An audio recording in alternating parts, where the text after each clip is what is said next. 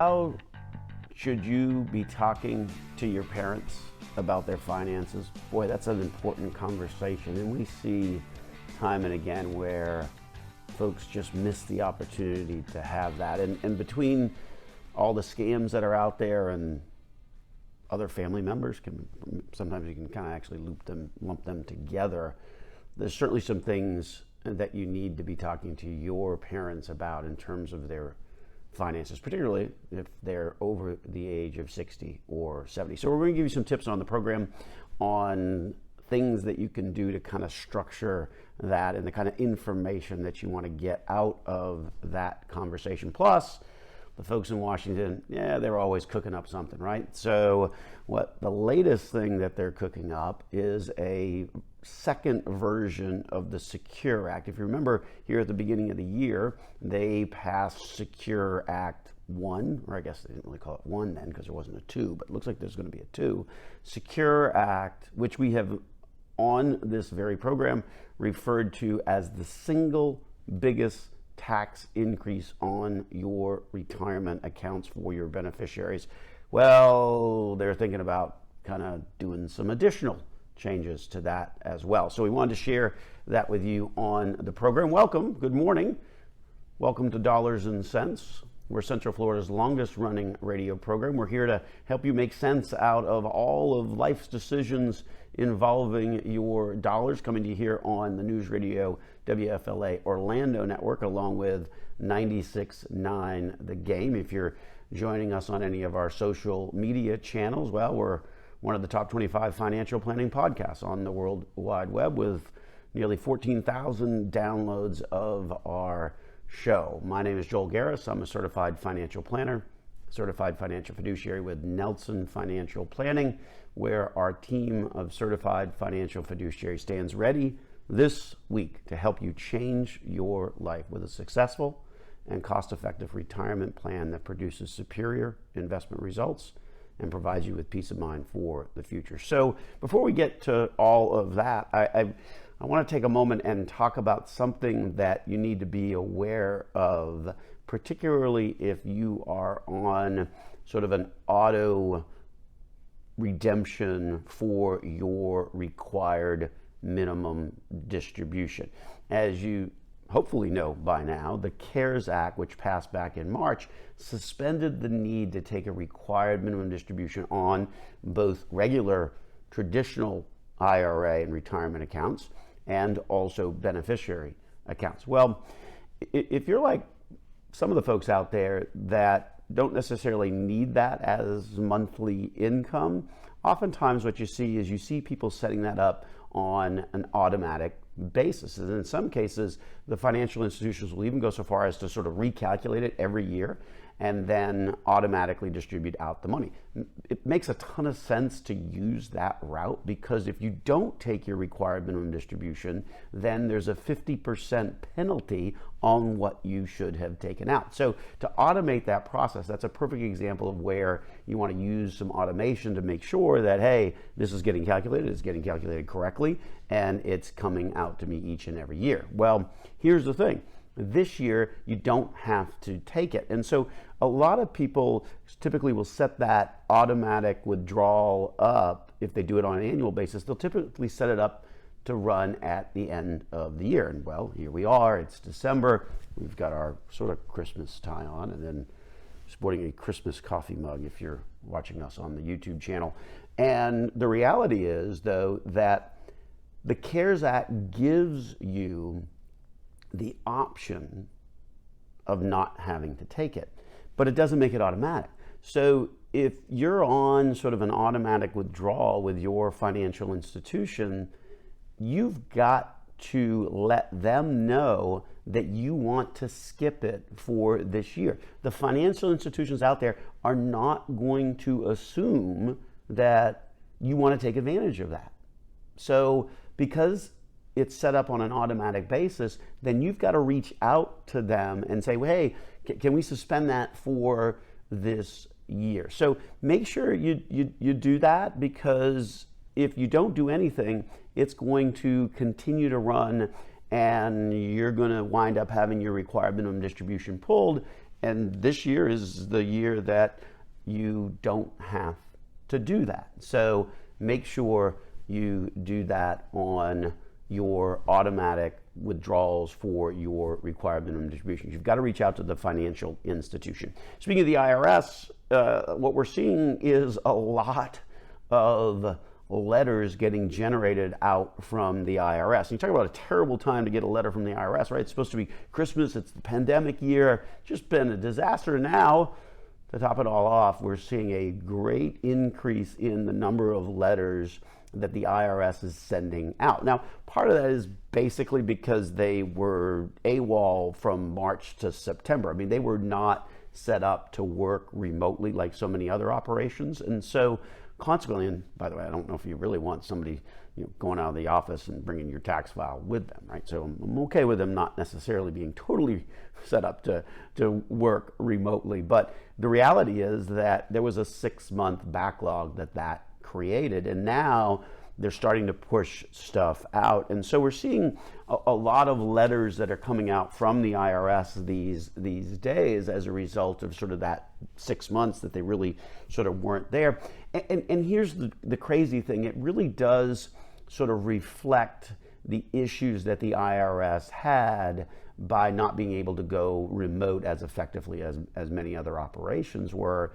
And that is that it's produced a tremendous amount of backlog. And so it also has produced a lot of, I guess, confusion would be the only other word for it, because we're seeing on more than one occasion where clients are getting letters from the IRS that says you owe money. And the reality is that the client has proof that the check that they sent in to the IRS has already been cashed. And the letter is dated like 2 weeks after their check had actually been cashed. So it's a total disaster still at the IRS. They don't know left hand, right hand. They're just generating out these letters. And unfortunately, when you get a letter from the IRS, the single biggest thing that you need to do or not do when it comes to a letter from the IRS, please don't ignore it. Don't ignore a letter from the IRS. Now, you may say, well, Joel, come on. I mean, who's going to ignore a letter from the IRS? You'd be surprised. A lot of people do. They don't want to deal with it. It's too much. It's threatening. It is, and because they'll assume the highest possible amount of tax owed on whatever it is that they have identified on your return. So just you can't ignore it. You got to dig into it. Understand that the vast majority of the letters that are getting generated out by the IRS are in fact computer generated letters. So what happens is the IRS computers is just matching up information. It's looking at your return. It's looking at the stuff that was sent to them, because pretty much every tax document that you get is copied to the IRS. So the computers take that information and just simply try and match it up. If they can't match it up or can't match it up cleanly, boom, out goes a letter. So a lot of the letters are just that. So just be aware, if you get a letter, number one, don't ignore it. Number two, sort of understand and appreciate the situation. They had a 6-month window where everything piled up and they weren't able to work remotely. And so they're just trying to catch up and match information and generate out as many computer letters as they can. And certainly it's frustrating. I get it, it's scary, but you really got to sit down and sort of work through it. In the vast majority of times, what we find is when clients get letters from the IRS, they don't owe the amount that is stated on that letter. So be careful. Don't just send off a check and say, oh, okay, it's the IRS, they've got me. No, take a moment, take a look at it, figure out what they are actually asking you, and then respond accordingly. So some tips if you're getting the coal in the stocking in forms of an IRS letter this holiday season. We're going to take a break. When we come back, we're going to continue on a little bit of conversation with the IRS and the latest guidance on PPP loan money. Coming up next here on Dollars and Cents with Joel Garris. Did you take the PPP money the payroll protection program loans that the CARES Act was offering earlier this year, and I guess they're still offering it as well.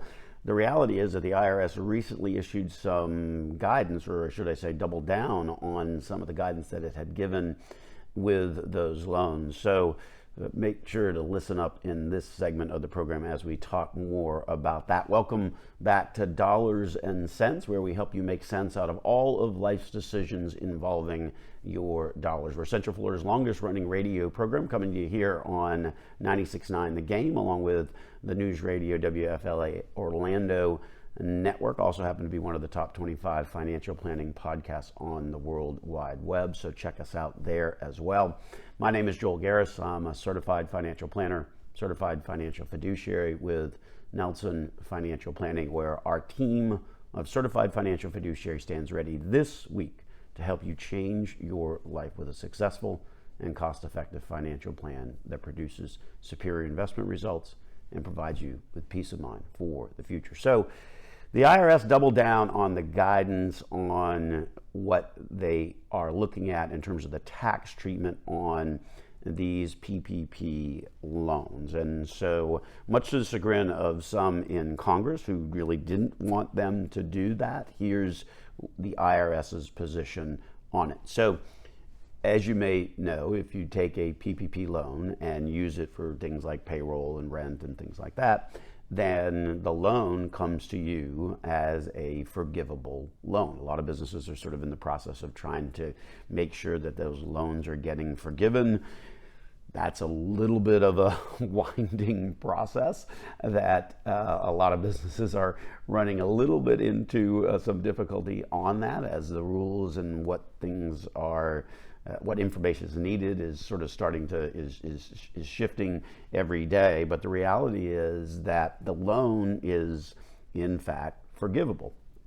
Now, what that means is that the IRS is saying that you can't then claim a deduction for the expenses that were paid using that PPP money, because since that loan is getting basically forgiven, then it would be technically excluded from gross income. And so if those expenses were then allowed to be able to be deducted, then in essence you would have a double deduction. You'd have the tax-free income of the loan, and then you've also have the deduction of the expenses. So what the IRS is saying is that, hey, you've got to sort of match those up and wash them out. So you're not going to be allowed to double deduct it. They actually issued this guidance initially a few months back during summer. And some of the folks in Washington were like, well, you know, why don't we let them be able to do that? And the IRS really a couple of weeks ago basically said, no, we're not going to let you do that. That runs contrary to or counter to everything that is in the tax code. If I get income, but it's tax-free income, then I'm not going to be able to also then write off the expenses. So be aware of that. If you've taken the PPP money, that you're going to have to get with your accountant to try and make sure that you strip out those expenses with which you used that PPP money for. Otherwise, you're going to run afoul of the IRS. And as we were just talking in the last segment, you certainly don't want to do that, because that's never a good thing. That is for sure. Speaking of good things, feeling a little tired, feeling a little sore this morning.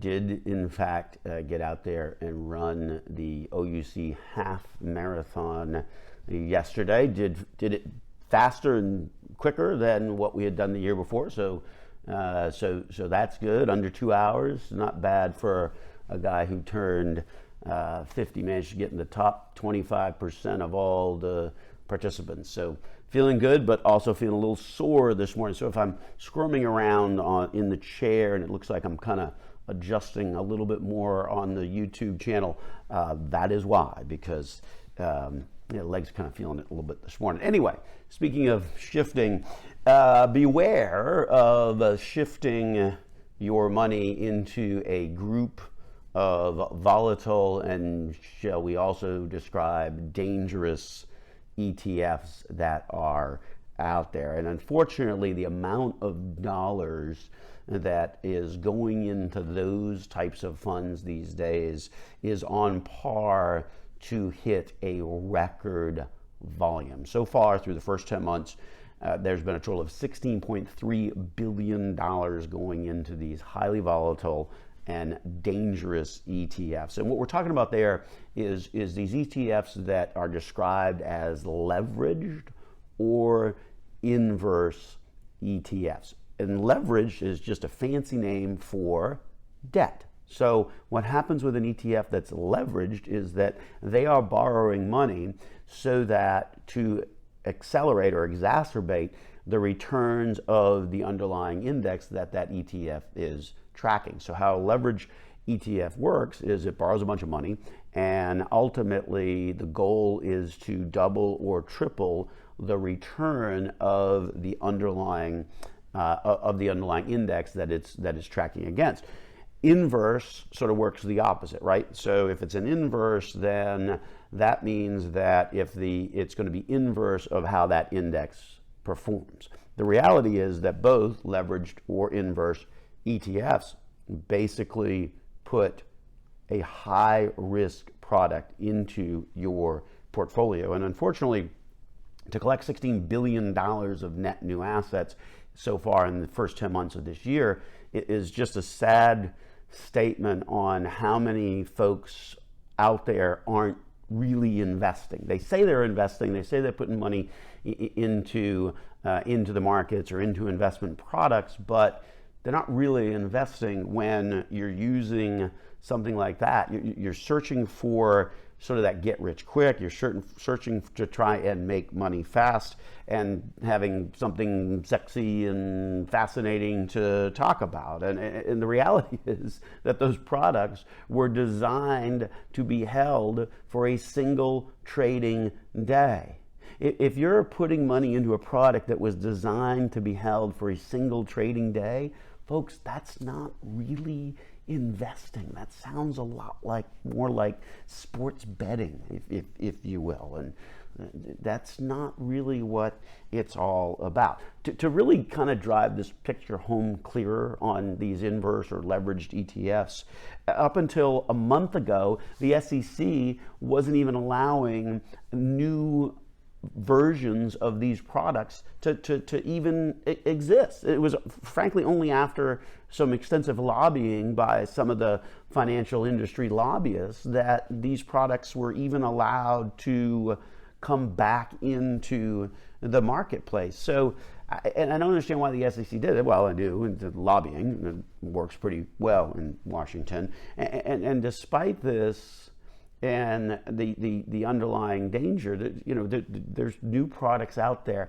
The good news is that the three largest institutions, the three largest ETF providers, if you will, have all gone on record saying they're not going to offer these products. But the reality is that there are some smaller ETF providers that are. And so make sure you don't have any of these in your portfolio. You may be very attracted to them right now. The numbers look amazing because the market's been pretty much going up straight for the past 6 months. And if you are getting 2x or 3x that, well, that looks like a pretty fascinating number. And so dollars chase into that. So beware of that. Those are riskier and more aggressive and dangerous products than perhaps you realize. We're going to take a break. When we get back, we're going to continue on with the conversation. Next up, we're going to talk a little bit about Secure Act 2 and the impact that that's going to have on your retirement. We return here on Dollars and Cents on 96.9 The Game, News Radio, WFLA, Orlando. Secure Act, which passed in January of this year, had perhaps one of the most sweeping changes to retirement accounts that we've seen in 2 or 3 decades. And it sort of got lost in the shuffle because it passed in January and then all this COVID stuff hit. So just really, I think folks are unpacking the implications of the Secure Act. And likewise in Washington, they are unpacking the implications as well and ultimately looking at a potential Secure Act 2 to change some of the things that they did in Secure Act one. Unfortunately, they're not looking at the thing that is the worst about the Secure Act, which is the provision of why we refer to it as the single biggest tax increase on your retirement in history. We'll explain that here in just a second, but let me welcome you back to the program Dollars and Cents, where we help you make sense of all of life's decisions involving your dollars. We're Central Florida's longest running radio program, coming to you here Sunday mornings on the News Radio WFLA Orlando network, along with 96.9 The Game. We also happen to be one of the top 25 financial planning podcasts on the World Wide Web, so make sure you check us out on our various social media channels, whether that's YouTube, Facebook, Twitter, iTunes, Spotify. You can find us, and iHeartRadio. We can't forget about those guys as well, because we're coming to you across the iHeartRadio channels. And so my name is Joel Garris. I'm a certified financial planner, certified financial fiduciary with Nelson Financial Planning, where our team of certified financial fiduciary stands ready this week to help you change your life with a successful and cost-effective retirement plan that provides you superior investment results along with peace of mind for the future. So speaking of peace of mind for the future, one of the reasons why we've called the Secure Act the single biggest tax increase on your retirement is that the Secure Act eliminated the stretch IRA. So how does that stretch IRA work? Well, if you were fortunate enough to inherit a retirement account prior to January 1 of this year, then you've got the ability to spread out the distribution of that money over the course of the rest of your lifetime. Now, that stretch IRA had particularly powerful impacts for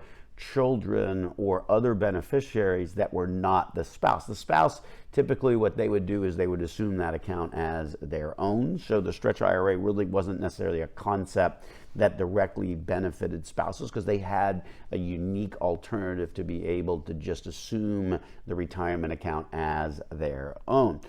For non-spouse beneficiaries, they had the option to spread that out over the course of the rest of their lifetime. The Secure Act, one, eliminated all of that and said you've got to take the money out over the course of a 10-year period of time. Folks, if you've got to take money out of a retirement account within a set 10-year window versus the previous alternative that allowed you, depending upon how old you were, the ability to take that money out over 30, 40, 50, 60, if you were a grandchild that was named as the beneficiary on a retirement account, 70 years.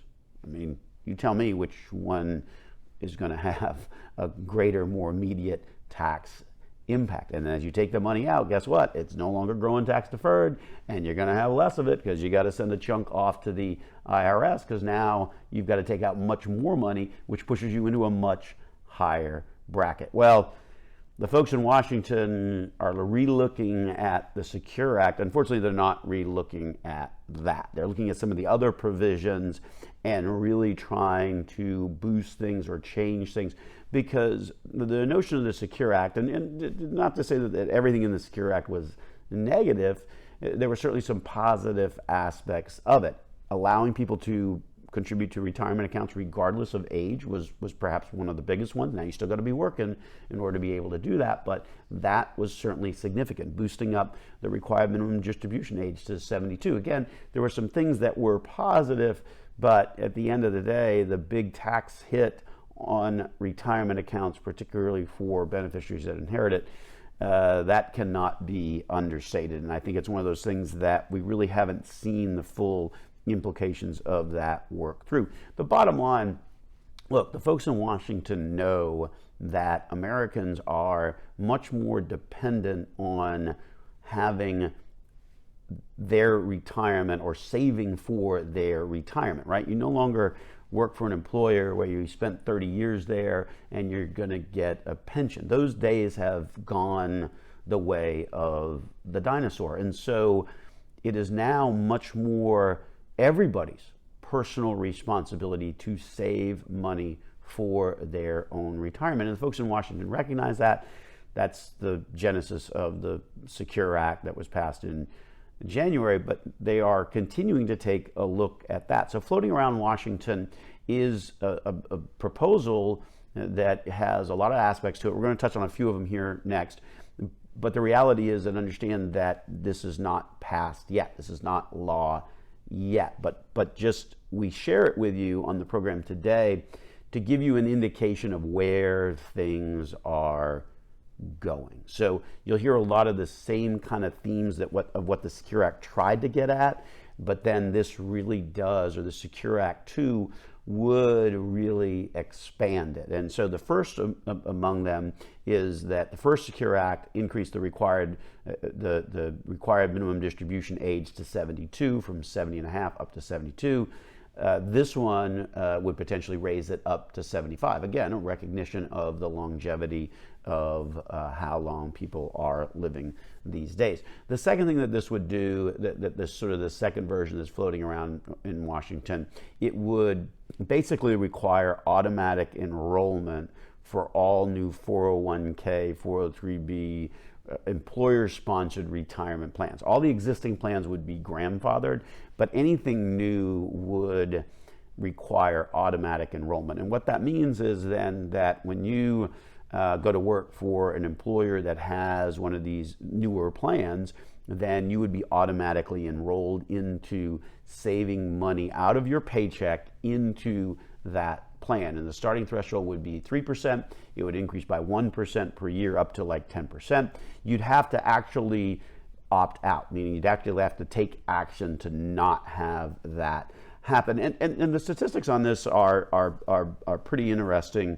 You know, when you look at the improvement that does for enrollment, particularly if you should look at among minority populations, automatic enrollment increases participation from like 20% up to like 75% based upon some of the studies that have done out there. So the automatic enrollment feature, that is coming. If you work for the state of Florida, you know that already happens to you, right? You've got 3% that is automatic, required to come out of your paycheck to go into the Florida retirement system. Of course, that was done to boost up the Florida retirement system finances, but you get the idea. That's the trend out there, and it's one that I think we're going to continue to see. Similarly, it does change the retirement savings credit. That's a tax credit that's available for low-income households. If they put money into a retirement account, you actually wind up getting a tax credit for that contribution of up to $1,000.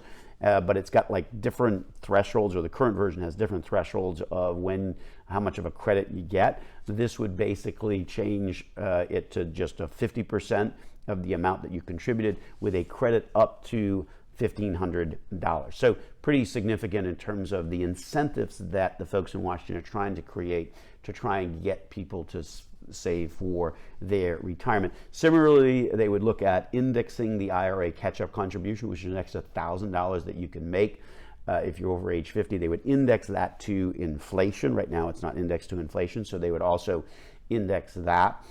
They would also allow for higher contributions, right? If you're over age 50, you can put an extra $6,500 beyond the normal amount into your 401k or 403b or whatever. They would then look at creating an additional sort of threshold at age 60, whereby if you're over age 60, then you could put an additional $10,000. So above 50, you could put an additional $6,500.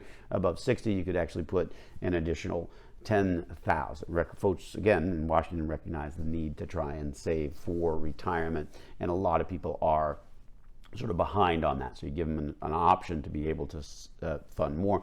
And then lastly, they would look at increasing the charitable deduction, the qualified charitable distribution from an IRA up from $100,000 to $130,000. So a bunch of other items as well. We'll obviously keep you informed on the program anytime any of this stuff starts to percolate up in Washington. But we wanted to kind of share those concepts with you because that seems to be where the folks in Washington, or the concepts, if you will, that the folks in Washington are circling around. And I would say likely to see some of these changes to your retirement coming in the months ahead. So when it happens, we'll obviously keep you informed here on Dollars and Cents. We're going to take a break. We come back, we're going to come to one of the hardest things that people sometimes have to do, and that is having a conversation with their parents about finances. So one of the hardest things that folks run into is having those difficult conversations with their parents about their finances, particularly when your parents start to age 60. Well, 60 is not that old anymore, right? 70 is really not that old. 80, 90 maybe, but still, regardless of how old they are, if they're in those ages, you probably want to engage in a conversation. The risk is too great if you don't engage in that conversation, because a lot of bad things can happen, whether it's scammers or other family members. It's important to have that conversation. So we're going to give you some tips to sort of be thinking about if you're looking to have that conversation. One of the tips is don't have that conversation on Christmas, okay? Be a little bit, sensitive to the holidays and stuff like that. The reality is it's certainly an important conversation to have, and so we're going to share with you some tips here on the program, particularly those conversations where you can certainly have emotions running high. So welcome back to Dollars and Cents, where we help you make sense out of all of life's decisions involving your dollars. We're Central Florida's longest running radio program, coming to you here on the News Radio WFLA Orlando network, along with 96.9 The Game. Also happen to be one of the top 25 financial planning podcasts on the World Wide Web. So make sure you check us out there on your favorite podcast channel, whether it's iHeartRadio or iTunes or Spotify, or if you'd like to see what we look like, you can check us out on our YouTube channel as well. My name Joel Garris. I'm a certified financial planner, certified financial fiduciary with Nelson Financial Planning, where our team of certified financial fiduciaries stands ready this week to help you change your life with a successful and cost-effective financial plan that produces superior investment results and provides you with peace of mind for the future. So before we get to tough conversations with parents, man, I gotta say, I am feeling really good about the food drive and the toy drive that we are doing this month at the office. It's the first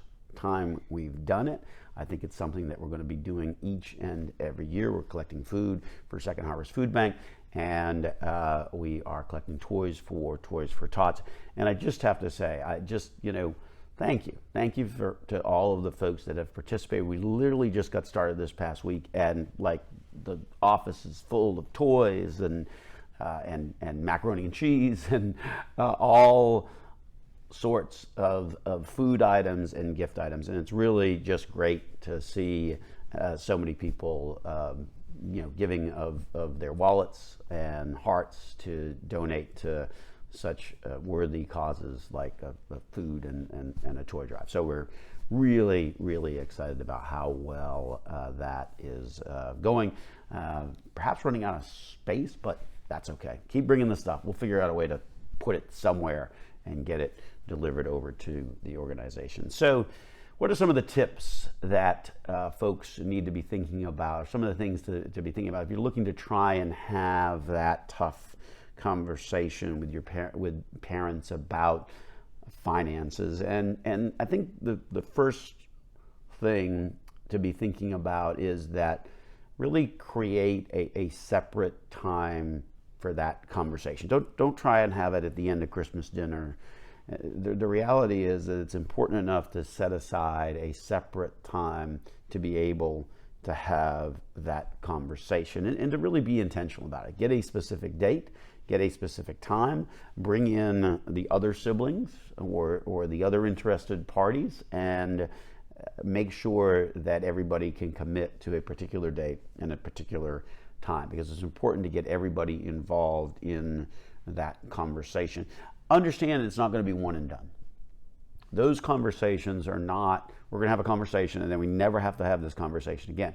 It has to be an ongoing conversation. The reality is that you may find that when you have these conversations with your parents that it's got to be broken up. I mean, there's a lot of information to go through, and to just have one conversation and that's not going to work. Combined with the fact that understand that it's a very sensitive subject to be talking about. A lot of folks don't want to talk about it, and so you can't just jump in to all of it right out of the gate. You really got to sort of spend some time sort of working up to what the numbers are. So the notion there is to sort of start slow, ask some general questions, ask some guidance in terms of how they've done it, and look for how you might use that guidance in your own life, and then slowly build up from there. I think far too often people try and be like, okay, give me your checkbook.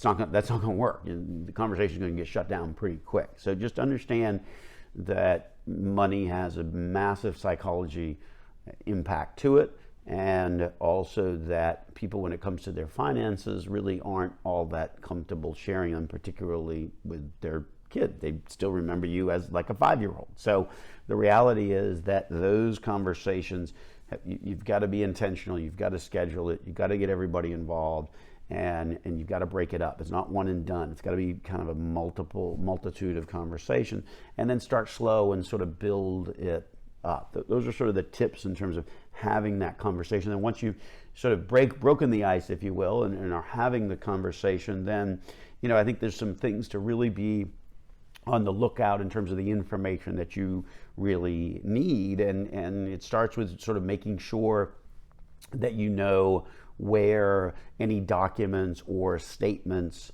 are. You don't necessarily have to get copies of them or look to be, added on as duplicate parties to their investment account statements. At some point you may want to do that, but if you're looking to just kind of start the conversation, at least get an idea of, oh, they're in the file cabinet, in the bedroom kind of thing, in terms of the location, and also just to double check whether they've got the documents such as a power of attorney, living will, healthcare surrogate, those types of things, along with insurances or mortgages or what have you. Know where the documents are, and also who they work with, right? Who's their CPA, who's their accountant, who's their lawyer. Another one these days is, of course, computer access, right? Everybody's got stuff on the computer. Maybe they're not even getting statements anymore. Maybe it's all online.